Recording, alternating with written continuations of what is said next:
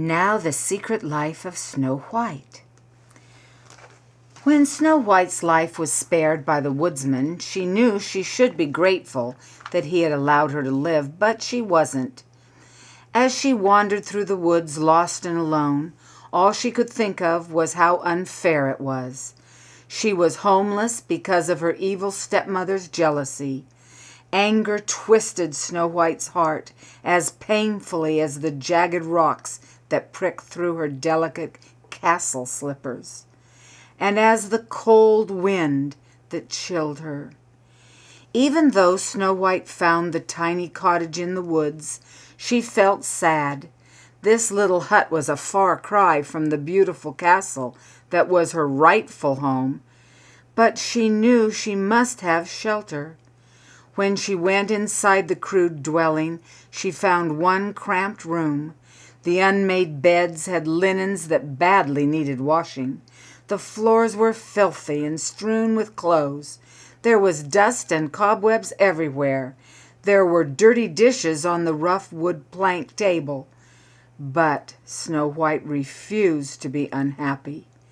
She saw a little spider hiding in the cobwebs.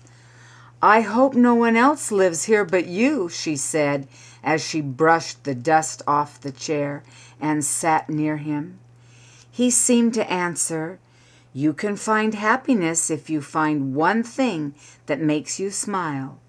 Then think about that one good thing instead of everything that's bad. Can you do that?" "You're a good thing because you keep me from feeling lonely," she answered with a forced smile. "Well, I can tell that I'm not enough to make you happy because your smile is insincere. You're putting a smile on your face, but it isn't coming from your heart. But there are 7 dwarfs who live here, who need you as much as you need a home. They will keep you from feeling lonely," he said, and he was right. When Snow White met the 7 dwarfs that lived in the cottage, she found just what she needed because they needed her. Snow White found happiness in making the cottage into a comfortable home, not just for herself but also for the dwarfs and her best friend, the little spider. Helping them made her happy, so her smile came from her heart. One day, Snow White was sweeping the floor with the spider riding on the broom. The dwarf named Grumpy walked across the floor, tracking mud from outside. "Snow White," the spider said, "you have a choice.